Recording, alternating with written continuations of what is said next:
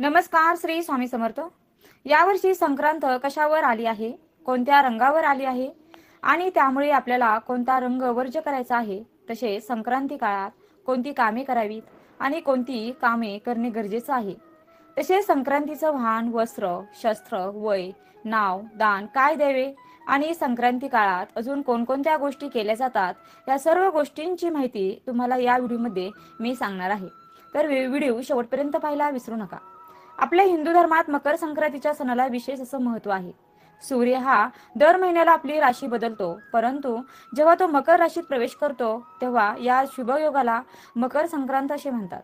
म्हणजे सूर्य जेव्हा एका राशीतून दुसऱ्या राशीत प्रवेश करतो त्यालाच आपण मकर संक्रांत असं म्हटलं जातं. आणि आपण हा मकर संक्रांतीचा सण अगदी आनंदाने साजरा करत असतो. या मकर संक्रांतीच्या दिवसापासून सूर्याचे उत्तरायण सुरू होते आणि हा उत्तरायणाचा काळ अधिक शुभ मानला जातो आणि त्यामुळेच मकर संक्रांत अगदी विशेषही मानली जाते. इंग्रजी नवीन वर्षाला सुरुवात झाली की त्यामध्ये येणारा पहिला सण म्हणजे मकर संक्रांत होय.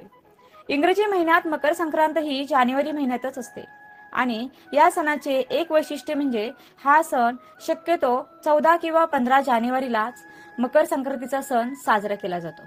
तर मकर संक्रांतीचा शुभमुहूर्त काय आहे तो जाणून घेऊया. यंदा मंगळवारी दिनांक 14 जानेवारी 2025 रोजी मकर संक्रांत आलेले आहे.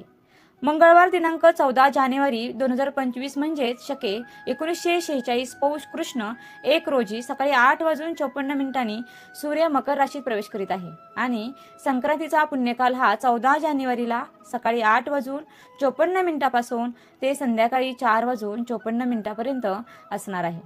तर संक्रांत ही दुसरी तिसरी कोणी नसून ती एक देवीचंच रूप आहे आणि संक्रांतीने ज्या वस्तू परिधान केलेल्या असतात त्या आपल्याला वर्ज्य करायच्या असतात.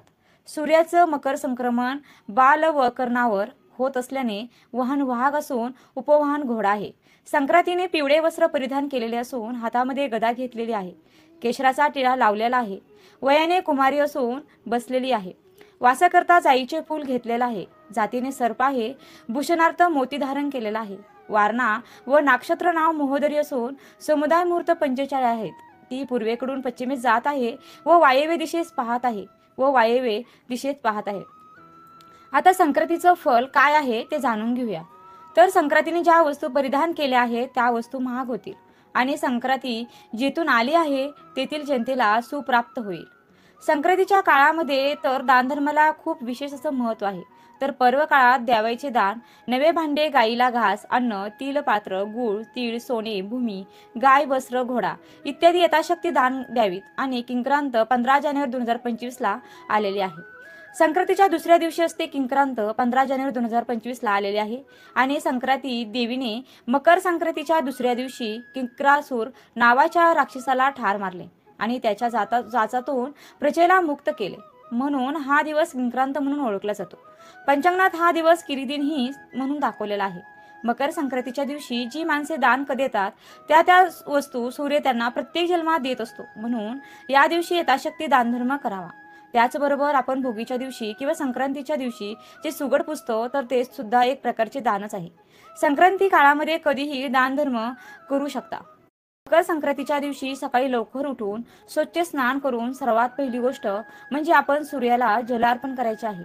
म्हणजेच काय तर सूर्याला अर्घ्य द्यायचं आहे.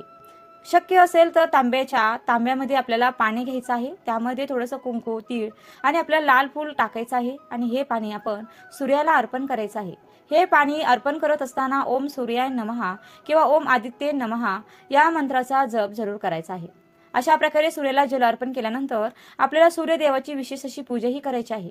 त्यामुळे आपल्याला चांगल्या आरोग्याची प्राप्ती होते, उत्तम तेजाची प्राप्ती होते, आपले आरोग्य चांगले आणि निरोगी राहते. यामुळे तुम्ही शक्य असेल तर दररोज सूर्याला नमस्कार करावा, सूर्याचा मंत्र म्हणा, तुम्हाला नक्की फायदे होतील. तसेच या दिवशी पवित्र नद्यांमध्ये सुद्धा स्नान देखील तुम्ही करू शकता आणि जर पवित्र नद्यांमध्ये किंवा देवदर्शनासाठी जाणं शक्य नसेल तर त्यांनी पाण्यामध्ये थोडेसे पांढरे तीळ आणि गंगाजल मिसळून स्नान जरी केलं तरीही चालू शकतं. या दिवशी पवित्र नद्यांमध्ये स्नान करण्यालाही विशेष असं महत्त्व आहे. त्यामुळे आपल्याला पुण्याची प्राप्ती होते. तुम्हाला जाणं जर शक्य नसेल तर तुम्ही असं घरच्या घरी देखील स्नान करू शकता.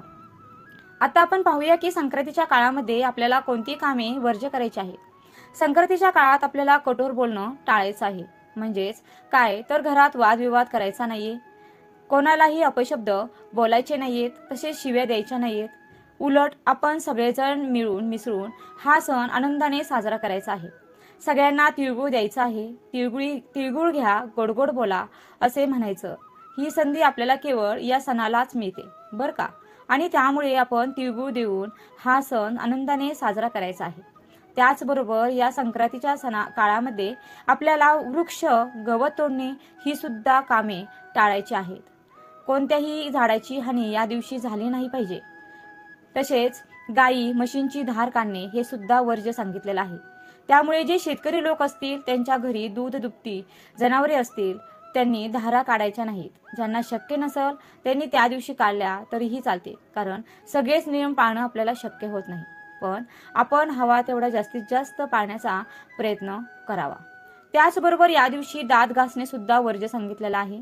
या दिवशी आपल्याला ब्रह्मचर्याचं पालन सुद्धा करायचं आहे. तर अशा प्रकारे मी आता जी काही कामं सांगितली ती आपल्याला संक्रांतीच्या काळामध्ये आवर्जून वर्ज्य करायची आहेत. त्याचबरोबर मकर संक्रांतीचा अजून एक महत्त्वाचा भाग म्हणजे सुगड पूजन. आणि या संक्रांतीच्या सणाला सुगड पूजा करण्यालाही खूप जास्त महत्त्व आहे. ज्याला काही जण सुगड म्हणतात, काही जण बोळकी म्हणतात, तर काही जण खण म्हणतात. तर अशी घरातल्या प्रत्येक सुवासिनीची 5 सुगड म्हणजे 1 खण पूजायचा असतो. म्हणजे घरातल्या एका सुवासिनीने स्त्रीसाठी 5 सुगड असतात. तुमच्या घरामध्ये जेवढ्या सुवासिनी स्त्रिया असतील त्यांच्या प्रत्येकीच्या 5-5 सुगड आपल्याला पूजायच्या असतात. त्या सुगडामध्ये ओसा भरून त्याची पूजा केली जाते. मकर संक्रांत हा भारतातील असाच एक शेती संबंधित सण आहे. त्यामुळेच या दिवसामध्ये शेतामध्ये जी पिके आलेली असतात ती आपल्याला या सुगडामध्ये भरायची असतात.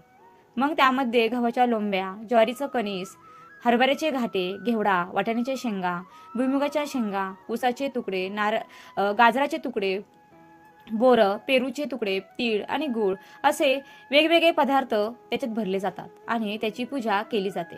तर हे सर्व साहित्य या दिवसामध्ये विपुल प्रमाणात उपलब्धही असल्याने वाण म्हणून त्याचा समावेश आपल्याला पाहायला मिळतो. तर असा सगळा ओसा सुगडामध्ये भरून त्याची पूजा केल्यावर हा सगळा ओसा एखाद्या नवीन कपड्याने झाकून ठेवला जातो. आणि मग जेव्हा महिला हळदी कुंकवाचा कार्यक्रम करतात किंवा महिलांना आपल्या घरी हळदी कुंकवासाठी बोलवतात तर त्यांना हे एक सुगड वाण म्हणून दिलं जातं. किंवा मग यातला जो ओसा आहे तर हा ओसा त्यांच्या ओटीमध्ये घातला जातो आणि त्यालाच खरं वाण असे म्हणतात. आणि हे सर्व वाण महिला वर्ग ज्या पद्धतीने एकमेकींना देतात त्याचप्रमाणे पंढरपूरच्या रुक्मिणीला देखील सवाष्ण स्त्रिया या दिवशी हे वाण देण्याकरता गर्दी करताना दिसून येतात. मकर संक्रांतीचा सण हा महिलांसाठी खूपच उत्साही आणि आनंदी आहे, कारण या दिवशी महिला हळदी कुंकवाचा कार्यक्रम करतात. मकर संक्रांतीपासून ते रथसप्तमीपर्यंत तुम्ही हळदी कुंकवाचा कार्यक्रम कधीही करू शकता. तसेच आपल्याला माहिती आहे की संक्रांतीला काळा रंग घालणं खूपच शुभ मानलं जातं.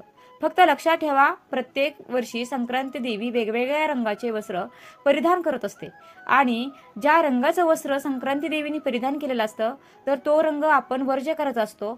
तर यावर्षी आता संक्रांतीने पिवळ्या रंगावरती आलेले आहे. त्यामुळे आपल्याला या दिवशी पिवळ्या रंगाचे कपडे चुकूनही घालायचे नाहीयेत.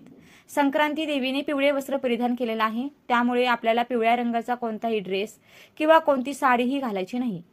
डोक्यात पिवळ्या रंगाचं फूल घालायचं नाहीये, पिवळ्या रंगाच्या बांगड्या घालायच्या नाहीयेत. थोडक्यात काय तर या दिवशी आपण पिवळा रंग पूर्णपणे वर्ज्य करायचा आहे. तसेच मोत्याच्या वस्तू ही घालायच्या नाहीयेत, कारण संक्रांतीने त्या परिधान केलेल्या वस्तू आपण वर्ज्य करायच्या आहेत. हा भारतीय सण सौर कालगणनेशी संबंधित अतिशय महत्त्वाचा सण असून शेतीशी सुद्धा संबंधित आहे. मकर संक्रांतीपासून हळूहळू दिवस मोठा होत जातो आणि रात्र लहान होत जाते. अशा प्रकारे संक्रांती हा सण पहिल्या दिवशी भोगी, दुसऱ्या दिवशी संक्रांत आणि तिसऱ्या दिवशी किंक्रांत असा 3 दिवसाचा हा सण साजरा केला जातो. धन्यवाद. श्री स्वामी समर्थ. जय जय स्वामी समर्थ. मैत्रिणींनो, व्हिडिओ आवडला असेल तर व्हिडिओला लाईक, शेअर आणि सबस्क्राईब करायला विसरू नका.